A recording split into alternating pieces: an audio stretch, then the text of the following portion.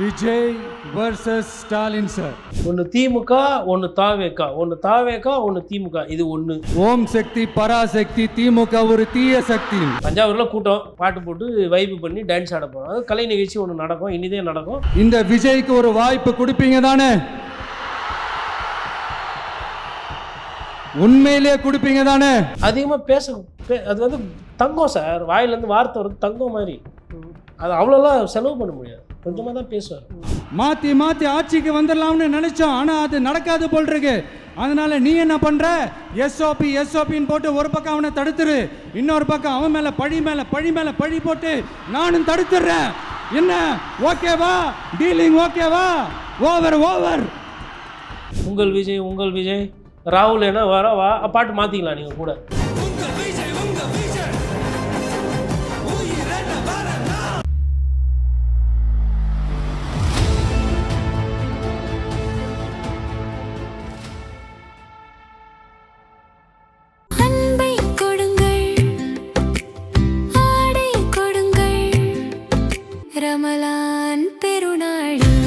Super Saravana stores. வணக்கம் நேயர்களே, நான் உங்கள் கார்த்திக். நம்முடைய சிறப்பு நேர்காணலில் மூத்த பத்திரிகையாளர் கோட்டீஸ்வரன் இணைந்திருக்கிறார். அவரிடம் விரிவாக பேசலாம். வணக்கம் சார்.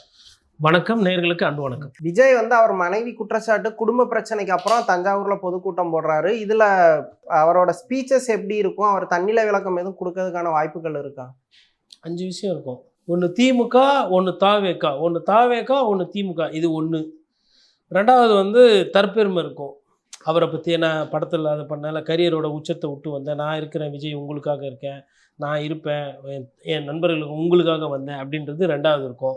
மூணாவது தஞ்சாவூரை பற்றி எதனா பாயிண்ட் எழுதி கொடுப்பாங்க. தஞ்சாவூர்னாவே நமக்கு ஞாபகம் வர்றது தஞ்சை பெரிய கோயில், இந்த பெரியவளத்தான் இப்படி இருந்தார், அது தெரில. கரிகால சோழன் பற்றி பேசுவாரா, ராஜராஜ சோழன் பற்றி அதோ ஒன்று அது பெருமை பேசுவார். அப்புறம் தஞ்சாவூர் போயிட்டு விவசாயிகள் பிரச்சனை பேசாமல் இருக்க முடியாது இல்லையா? அதனால் நெல்லு எல்லாம் கேட்டு கொஞ்சம் முன்னாள் நைட்டு எதனா ஸ்கிரிப்ட் எழுதி கொடுத்தா மனப்பாடம் பண்ணிட்டு அதுக்கப்புறம் எதனா ஒன்று பண்ணுவார். 5வது ஒரு கூஃப் ஒன்று இருக்கும். அதாவது என்னென்னா சப்ஜெக்ட் தெரியாமல் உளறி வைக்கிறது எதனா ஒரு பேராக இருக்கும். உதாரணத்துக்கு இப்போது ஆண் எஸ்பி, பெண் எஸ்பி, ஐஏஎஸ் ஆஃபீஸரில் அதை போலீஸில் வந்து பாதி பண்ணுவார் இல்லையா, ஜெண்டர் இது பண்ணி அது ஒன்று சொன்னார் இல்லையா. அதே மாதிரி அப்புறம் நாகப்பட்டினத்தில் போயிட்டு அங்கே வந்து ஒரு மீன்கள் இது பண்ணுறது ஒரு யூனிவர்சிட்டி கொண்டு வரும், பல்கலை ஏன் இல்லைன்னு அங்கே ஆல்ரெடி இருக்குது, அதுக்கு பணம் வரல, அதில் பிரச்சனை இருக்குன்றது தான் யதார்த்தம். ஆனால் அங்கே இல்லைன்ட்டு ஒரு விஷயம் பேசினார். அந்த மாதிரி எதனா ஒன்று பேசுவார். இதை தாண்டி நீங்கள் எதிர்பார்க்குற மாதிரி குடும்ப விஷயங்களோ இல்லை கூட்டணி பிரச்சனைகளோ அதெல்லாம் எதுவும் பேச மாட்டார். மோடி எதிர்ப்பு சுத்தமாக இருக்காது. வாட் அங்கிள், சிஎம் அங்கிள், அது மாதிரி எதனா ஒரு பஞ்சு டைலாக் இருக்கும். பிஎம் சாரை பொறுத்தவரைக்கும் எதுவுமே இருக்காது. பிரதமரை பற்றி அழுத்தம் இருக்குன்னா வேறு யாருன்னா வச்சு சார் அவர் வந்து அதிகமாக அது வந்து தங்கம் சார், வாயிலேருந்து வார்த்தை வருது தங்கம் மாதிரி. அது அவ்வளோலாம் செலவு பண்ண முடியாது, கொஞ்சமாக தான் பேசுவார். தொண்டர்களாக பேசிக்க வேண்டியதுதான். அதுக்கப்புறம் அழுத்தம் இருக்குன்னு அருண்ராஜை வச்சு பேச சொல்லுவாங்க. இல்லைனா ஆதம் வந்து எங்களுக்கு டென்ஷன் பத்துறாங்க, எங்களை வந்து முன்னேறவே விட மாட்டேன்றாங்க அப்படின்வாங்க. அது மாதிரி எதுனா அப்புறம் இன்னும் தஞ்சாவூரில் கூட்டம், தஞ்சாவூரில் போய் செல்ஃபி புள்ள பாட்டு போட்டு வைப்பு பண்ணி டான்ஸ் ஆட போகிறோம். அது கலை நிகழ்ச்சி ஒன்று நடக்கும், இனிதே நடக்கும்.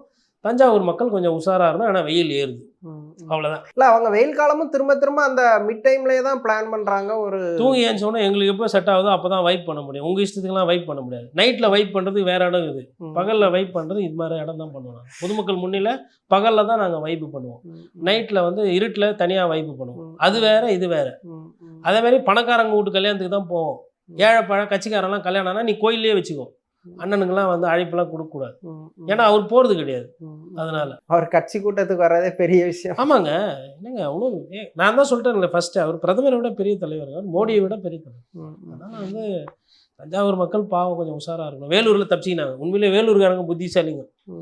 அவங்க புத்திசாலியா இல்லை அங்கே அந்த சீட்டு போடவே தப்பிச்சிக்கினாங்களான்னு தெரியல. இப்போ தஞ்சாவூர் பார்க்கணும். வேலூர் யாருக்குனாவே ஹீட்டஸ்ட் சிட்டி, அதனால நீங்கள் தஞ்சாவூரில் ரிஸ்க் எடுக்க முடியாது. இல்லைங்க இங்கே வந்து கொஞ்சம் டெல்டாவில் கொஞ்சம் குழுன்னு இருக்கணும். வெயில் அங்கே 12 மணிக்கு வெயில் அடிக்க வந்தேன். மார்ச் மாதம் வந்துச்சு இல்லைங்களா, அதனால தண்ணி பாட்டில் எல்லாம் வச்சு கொஞ்சம் அதெல்லாம் பண்ணோம். மற்றபடி நீங்கள் அரசியல் ரீதியாக ஒரு பெரிய பஞ்சு டைலாகு, இப்போ கேஎன்ஆரோட ஊழல் அப்படியே லைன் அண்ட் லென்த்தாக பேசுவார்.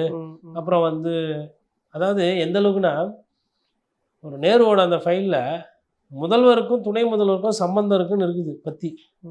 இப்படி ஒரு விஷயம் பொது வெளியில் லீக் பண்ணப்பட்டு இருக்குது.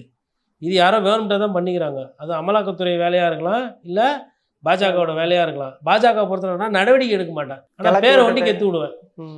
நடவடிக்கை எடுக்காமல் இருக்கிறதுக்கு நான் ஏதோ அரசியல் பண்ணி போயிடுவேன். புரியுறவங்களுக்கு புரியும் நான் என்ன சொல்கிறேன்றது. எதனா ஒரு அரசு ஒழுங்காக இருந்தால் இந்த ஊழல்ன்றது இருக்காதுங்க. சரி, இப்போ இதெல்லாம் பேசுகிறோம், நாளைக்கு தாவேகா வந்தால் ஊழல் இருக்காது, அதிமுக ஊழல் வந்தால் ஊழல் இருக்காது, அதுக்கு நான் கேரண்டி கிடையாது.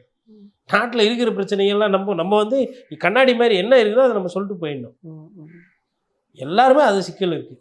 நாம் தமிழர் கட்சி சொல்கிறாங்க, ஆனால் அவங்க வர்றதுக்கு உண்டான வாய்ப்புகள் இல்லைன்ற மாதிரி நான் புரிஞ்சுக்கிறேன். ஏன்னா அவங்க செய்யக்கூடிய அரசியல் அப்படி இருக்கு. தனியாவே நிக்கிறேன். தனியாக தான் நிற்கணும், தனியாக நின்னா தனியாகவே தான் நிற்கணும். தமிழக அரசியல் நிலைமை அப்படி இருக்கு. குறைந்தபட்சம் நான் ஆசைப்படுறது நாம் தமிழர் கட்சியிலேருந்து ஒரு 2-3 பேர்னா எம்எல்ஏ ஜெயிச்சு சட்டமன்றத்துக்கு போகணுன்றது என்னோட ஆசை. ஏன் அப்படின்னா கேள்வி கேட்பாங்க, பொதுமக்கள் சார்ந்த பிரச்சனையை பேசுவாங்க, அவ்வளோதான்.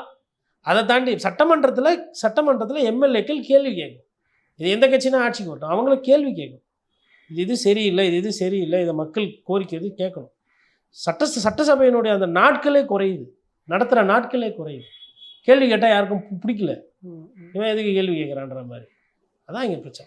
அரசியல்வாதியோட முக்கியமான குவாலிட்டிங்கிறது வந்து ரெஸ்பான்சிபிள் எடுத்துக்கிறது. இவர் வந்து விஜய் எந்த விஷயத்துலையுமே ரெஸ்பான்சிபிள் எடுத்துக்கல. இப்போ அவரோட தனிப்பட்ட வாழ்க்கையில் மனைவி ஒரு குற்றச்சாட்டு வைக்காங்க, அதுக்கும் அவர் ரெஸ்பான்சிபிள் எடுத்துக்கல. மாறா சோஷியல் மீடியாவில் ஒரு நரேட்டிவ் செட் பண்ணுறாங்க, இதுக்கும் டிஎம்கே தான் காரணம், சங்கீதா வந்து டிஎம்கேக்கு வேலை போயிட்டாங்கன்னு சங்கீதாவையும் கேரக்டர் அசாசினேஷன் பண்ணுறாங்க.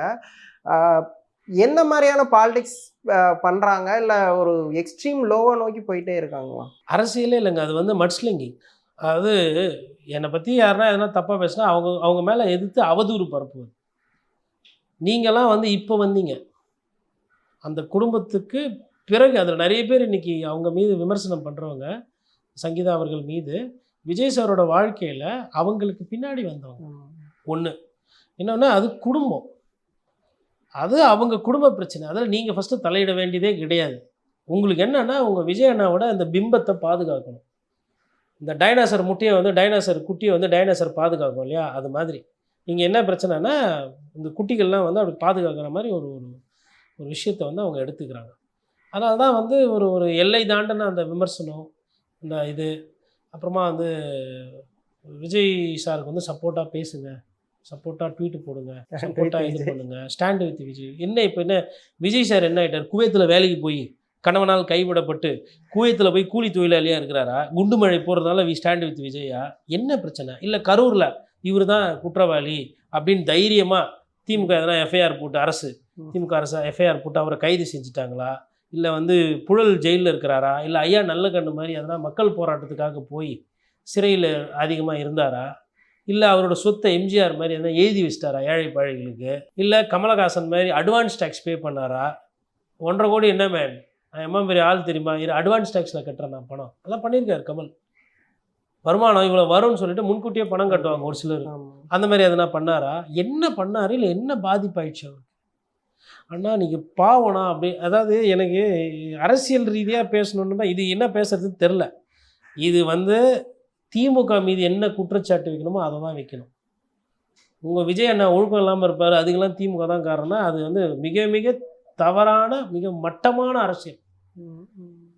உங்கள் விஜய் அண்ணாவை கூப்பிட்டு, அண்ணா அதுதான் ஒரு கவுண்டர் பண்ணி ஜோக் வர்றாரு, நீங்கள் இவங்க கூட இருக்குது எங்களுக்கு பிடிக்கல, நீ என்னடா என்ன கேட்குற தொண்டை நாய, டீ குடிக்க 5 மணி சாயந்தரம் கொடுத்தா நீ டீ குடிச்சிட்டு போவேன், மொண்டனாவே முடிச்ச வைக்கிறாங்க, அதுக்கு என்ன அந்த மாதிரிலாம் எல்லாத்தையுமே கவுண்டர் பண்ணி தாங்க எல்லாத்துக்குமே பதில். வடிவேலு கவுண்டர் பண்ணி தான் இன்றைக்கி அரசியலுக்கு பதில். நிறைய விஷயங்கள் அவங்க பண்ணி காட்டுறது தான் நடக்குது. திரும்பி வந்து பார்ப்பா இங்கே யாரும் இருக்கக்கூடாது, பொதுக்குழு செயற்குழு தொண்டை கிண்டெல்லாம் ஓடி போயிருங்கன்ற மாதிரி சொல்லிட்டு போவார் கவுண்டர் பண்ணி.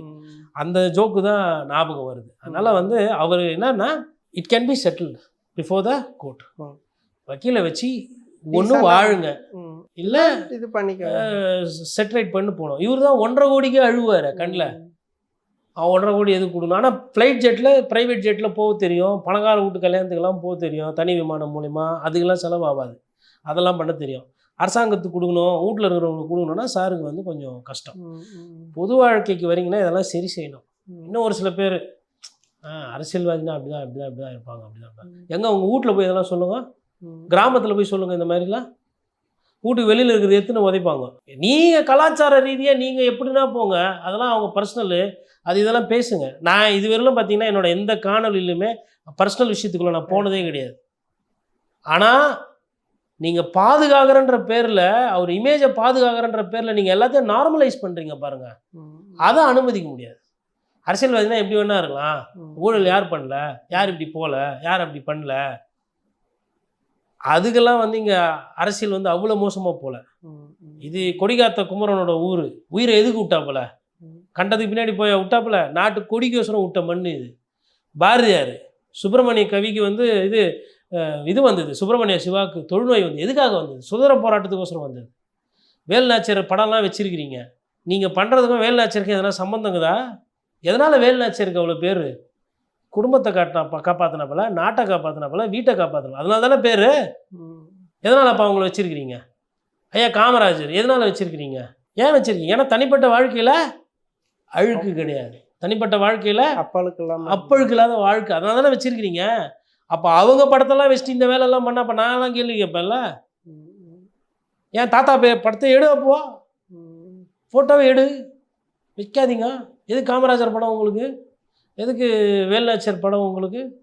அதெல்லாம் இப்போ கேள்வி வரும் இல்லைங்களா?